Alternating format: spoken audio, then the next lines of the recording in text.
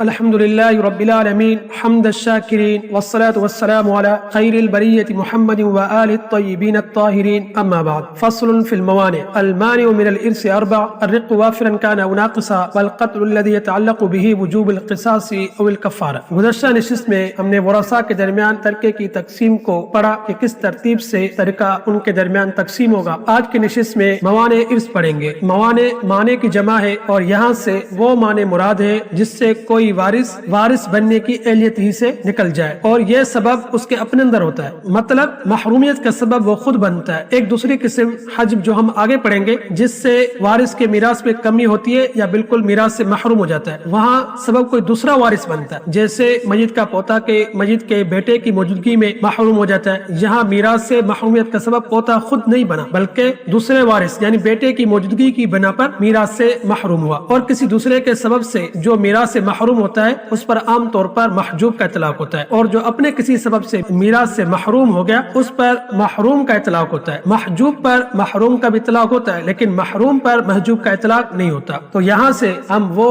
موانع پڑھیں گے جس سے کوئی وارث اہلیت میراث سے ہی محروم ہو جائے، اس کے اندر میراث کی اہلیت ہی ختم ہو جائے. تو کہہ رہے ہیں المانع من الارث، میراث سے وارث کو روکنے والی چیزیں اربعۃ، چار ہیں. الرق وافرا کان او ناقصا، کہ رقیت یعنی غلامی کامل ہو یا ناقص ہو. غلام بننے کی دو صورتیں: کامل طور پر غلام ہو یدن بھی اور رقبتن بھی، جیسے مکمل غلام، اور جیسے کسی کی آزادی میں کوئی قید نہ ہو کہ پورے کا پورا غلام ہے. اسی طرح مکاتب غلام کہ اس میں رقیت پوری ہوتی ہے، ملکیت ناقص ہوتی ہے کہ اس کا آزاد ہونا یقینی نہیں ہوتا، بدل کتابت ادا نہ کر پائے تو ممکن ہے کہ وہ ہمیشہ غلام ہی رہے. دوسری صورت ناقص طور پر غلام کہ جس کی آزادی میں قید ہو، جیسے مدبر ہے اور ام ولد کہ ان میں نکیت تو ناقص ہے جبکہ ملکیت کامل ہوتی ہے کہ ان کی آزادی یقینی ہوتی ہے. تو کہہ رہے ہیں الرق وافرا کان او ناقصا، کہ غلام ہونا چاہے وہ وافرا کامل ہو، کان او ناقصا یا ناقص ہو، کیونکہ غلام کا پورا مال اس کے آقا کا ہوتا ہے. اگر ہم غلام کو وارث بنائیں گے، اس کو مال دیں گے، وہ مال اس کے آقا کی طرف چلا جائے گا اور آقا تو وارث نہیں ہے، اس لیے کوئی بھی غلام ہوگا وہ میراث سے محروم ہو جائے گا. والقتل الذي يتعلق به وجوب القصاص والكفارہ، کہ وہ قتل جس سے قصاص یا کفارے کا وجوب متعلق ہو، یعنی ہر وہ قتل جس میں یا تو قصاص واجب آتا ہو یا کفارہ واجب آتا ہو ابتداءً، یعنی شروع میں قصاص واجب ہوا ہو یا کفارہ واجب ہوا ہو، بعد میں چاہے انہوں نے معاف کر لیا ہو یا صلح کر لی ہو، پھر بھی وہ میراث سے محروم ہوگا. قتل کی کل 5 قسمیں: قتل عمد کے کسی دھاری دار چیز سے جان بوجھ کر قتل کرنا، یہ امام ابو حنیفہ رحمہ اللہ کے نزدیک یہ تعریف ہے. صاحبین کے نزدیک ما یقتل به غالبا، کہ جس سے عام طور پر قتل کیا جا سکتا ہو، پھر چاہے وہ اعلیٰ دھاری دار ہو یا نہ ہو، جیسے اگر کسی نے بھاری پتھر سے کسی کو مار دیا تو وہ بھی قتل عمد میں شامل ہے. دوسرے نمبر پہ قتل شبہ عمد. صاحبین کا نزدیک شبہ عمد کی تعریف ان یقتل ما لا یقتل به غالبا، کہ جس سے عام طور پر قتل نہ کیا جاتا ہو. اور امام حنیفہ رحمہ اللہ کے نزدیک جان بوجھ کر مارنا لیکن وہ اعلیٰ دھاری دار نہ ہو. تو اگر دونوں کی تعریف کو ملائے تو تعریف ہوگی قتل عمد کی کہ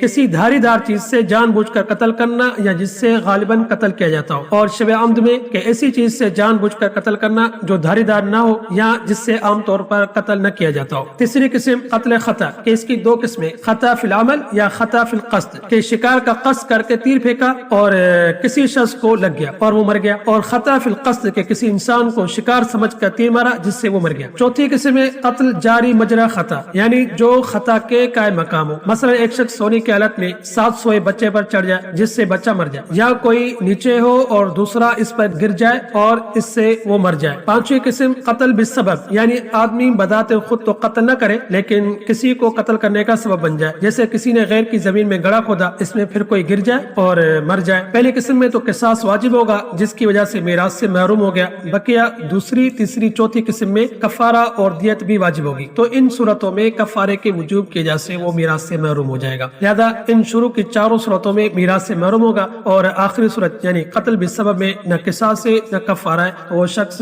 وارث بنے گا. تو مصنف نے کہا والقتل الذي يتعلق به وجوب القصاص والكفارہ، کہ وہ قتل جس سے قصاص واجب ہوتا ہو یا کفارہ واجب ہوتا ہو. تو ان 5 قسموں میں شروع کی 4 قسموں میں کفارہ یا تو واجب ہو رہا ہے یا قصاص واجب ہو رہا ہے، لہذا ان 4 صورتوں میں قاتل میراث سے محروم ہوگا. اور یہ بھی یاد رہے کہ یہاں سے وہ قتل مراد ہے جس کا یہ وارث بن سکتا ہو. کسی عام شخص کو جس کا یہ وارث نہیں بن سکتا ہو، اس کو اگر قتل کر دیا تو اس سے یہ اپنے خاندان کے لوگوں کے میراث سے محروم نہیں ہوگا. ساتھ یہ بھی یاد رکھے کہ قتل خطا میں جو دیت دی جاتی ہے وہ میت کے دیگر تمام اموال کے ساتھ مل کر ان دیگر اموال جیسی ہو جاتی ہے. جس طرح عام اموال کا جو حکم ہے اس کا بھی یہ حکم ہے کہ حسب ضابطہ شریعہ میت کا قرض ادا کیا جائے، اگر وصیت کی ہے تو اسے پورا کیا جائے، اور جو افراد تمام مال میں وارث ہوتے وہ اس میں بھی وارث ہوں گے. آج کے سبق کا خلاصہ یہ ہوا کہ موانع ارث کے وہ معنی جو کسی وارث کو اس کی میراث کی اہلیت سے ہی ختم کر دے، اور وہ سبب اس کے اپنے اندر ہوتا ہے، اپنے کسی سبب سے وہ میراث سے محروم ہو جاتا ہے. اور اس کی 4 قسمیں، پہلی